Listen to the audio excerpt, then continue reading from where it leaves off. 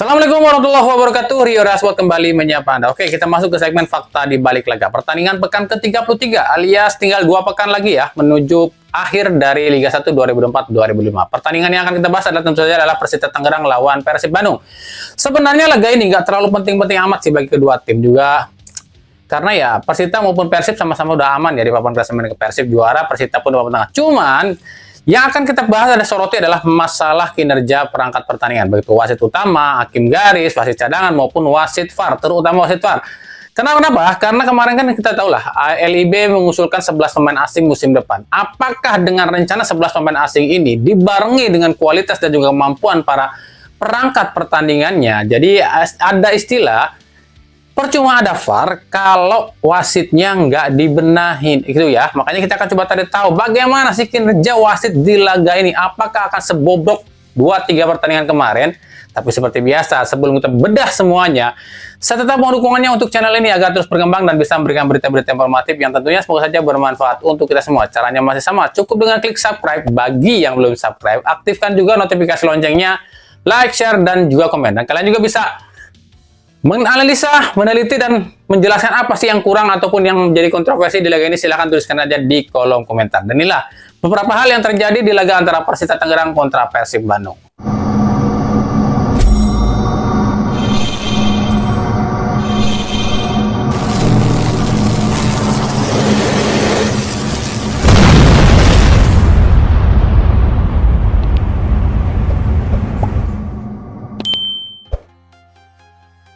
Inilah beberapa hal yang bisa kami soroti di laga Persita Tangerang lawan Persib Bandung di pekan 33. Victor Igbonevo, ini pertama kalinya Victor jadi starter musim ini ya. Sebelum laga ini, Victor ini baru tampil 5 kali, tapi baru kali ini nih dia jadi starter. Gol Gerven Kastanir di menit kedua yang dianulir jadi gol bunuh dirinya Ryuji Utomo. Kalau ini jadi gol Gerven Kastanir, ini gol kedua ya, dan dia harus nunggu 13 pekan baru bisa cetak gol kedua. Dan ternyata ini dianulir jadi golnya bunuh diri Ryuji Utomo. Berarti 14 pekan sudah si Gerven Kastanir ini nggak cetak gol. Sebab dia cetak gol itu di laga debutnya lawan Arema di pekan 20. Nah, gimana tuh manajemen Persib? Apakah masih mau nih mempertahankan pemain seperti ini?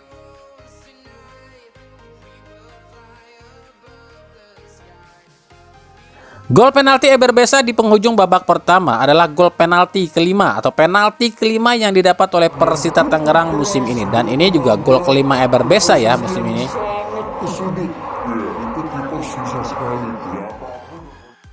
Gol El Maestro di menit ke-46 adalah gol ke-17 Del Pino musim ini, dan ini gol back to back Tyron ya ke gawang Persita Tangerang, sebab di pertemuan pertama pun Tyron cetak gol nih ke gawang Persita Tangerang. Tapi buat kami ini gol yang cukup cantik, sangat cantik bahkan. Bahkan sekelas pelatih Persita pun Fabio Lefundes gak percaya kalau Tyron bisa cetak gol dari sudut sesempit itu.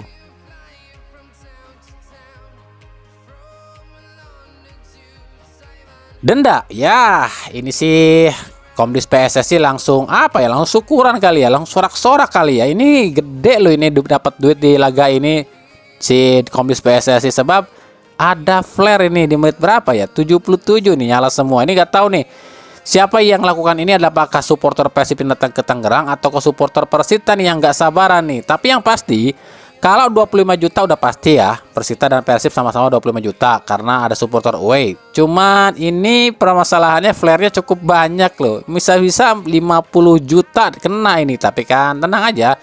Ada Bapak Esko di situ nih, Pak Jaki. Apakah bisa nih Persita kena denda, Pak?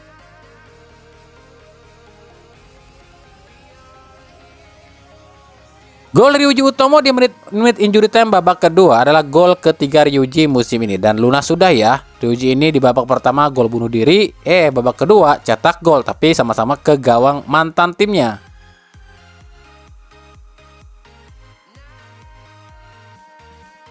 Hasil imbang, ini hasil imbang ke berapa ya? Ke-12 Persib musim ini, dan kedua secara berturut-turut nih bagi Persib.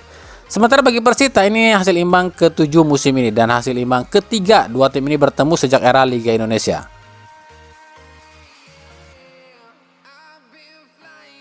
Man of the match kalau pilihan kami ya pada Tyron Del Pino dari Persib. Oke, akan kita bahas ya. Pertama, kita akan soroti kinerja wasit. Sebenarnya di laga ini wasit Eko Saputra sih cukup tegas ya. Cuma yaitu wasit VAR-nya blee. Siapa dia? Heru Cahyono. Alalah, alamak, wasit kayak gini masih dipakai aja.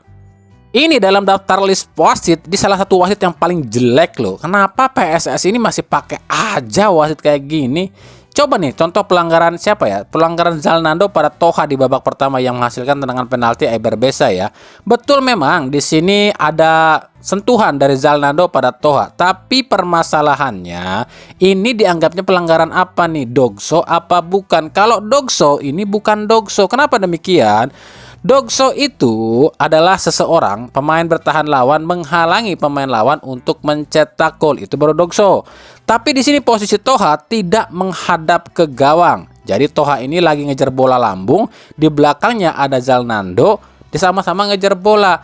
Ini kalaupun pelanggaran apa ya? Sebab sentuhannya sangat minim loh di sini. Tapi nggak tahu dah ya. Tapi ya udahlah ya, percuma juga kita kuar-kuar kritik wasit, toh ketua wasitnya juga tetap bilangnya wasit mereka yang terbaik. Wasit saya yang terbaik. Untung aja di laga ini nggak ada kartu merah ya. Coba ada kartu merah, habis tuh wasit mungkin di roasting nih, di rujak nih. Lalu bagi Persita, ini gimana nih? Para striker asing Persita pada kemana ya? Kok nggak ada di bangku cadangan sih? Untung aja lawannya tuh udah juara, jadi mainnya nyantai. Coba kalau Persib belum juara, bisa diobok-obok sama Persib di laga ini. Padahal ya, para pemain muda Persita ini bagus-bagus loh. Tapi ya seperti kami bilang ya, lini belakang Persita ini bermasalah, keropos banget. Ini yang bikin Persita ini tersyok-syok musim ini. Coba lihat golnya Tyrone Del Pino. Masa iya sih? Seorang Tyrone Del Pino bisa bebas olah bola di kotak penalti, nggak ada yang jaga. Ini gimana nih? Ada permasalahan, ada yang salah nih dengan cara bertahannya para pemain Persita Tangerang.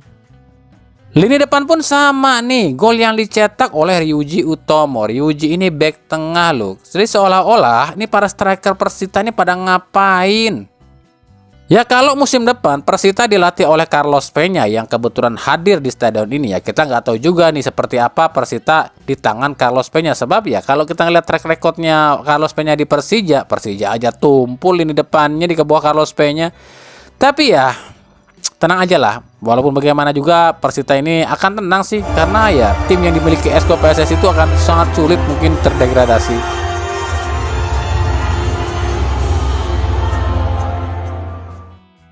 Sementara bagi Persib Bandung kelihatan banget di laga ini ya, kalau pemain yang dipakai itu pemain lapis 2. Ini permainan Persib acak kadut ya. Banyak pemain yang nggak fokus, salah umpan, lini depan juga cuma ngandelin Tyrone dan Beckham. Khusus untuk Gervin Kastanir, ini buat kami kalau dia ini musim depan dipertahankan oleh manajemen Persib, ini agak aneh buat kami. Sebab ini pemain kok lama-lama kayak apa ya, udah mirip kayak Carlton Cole jilid 2 ya, nggak ada semangat-semangatnya. Nah ini dengan hasil seperti ini harusnya jadi bahan evaluasi Boyan Hodak. Sebab ya usai mereka raih juara, Persib belum pernah menang sekalipun loh ya. Apalagi nanti lawan terakhirnya adalah tim milik ketum PSSI Persis Solo. Apakah Persib akan jadi satu-satunya tim yang juara tapi setelah itu nggak pernah menang? Kemudian lini belakang, nah ini kelihatan banget ya, hilangnya Gustavo Danik benar-benar kerasa bagi lini pertahanan Persib. Dan ini benar-benar harus jadi bahan evaluasi buat Hodak nih.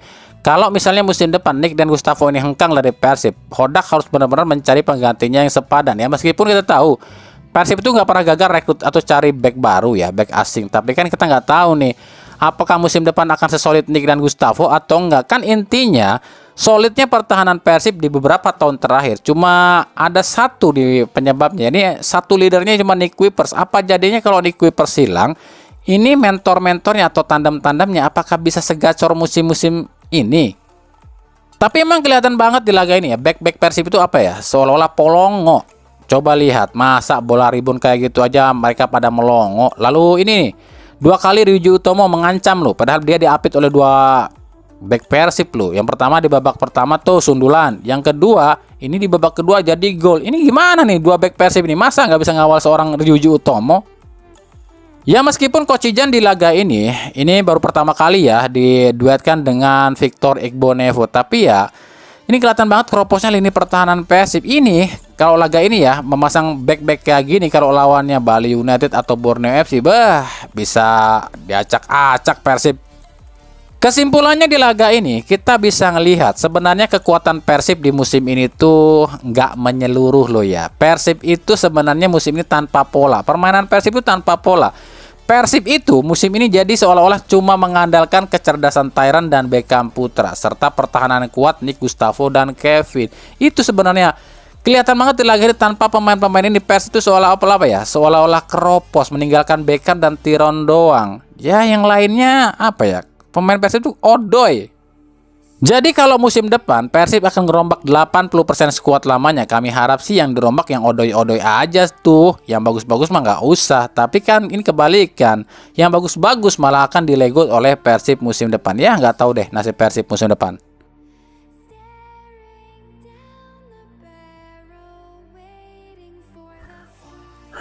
Oke, itu tadi ya sedikit hal yang bisa kami cermati, kami bedah, kami analisa, kami korek-korek di laga antara Persita Tangerang kontra Persib Bandung di pekan ke-33. Gimana menurut kalian? Apakah ada yang kelewat atau enggak nih?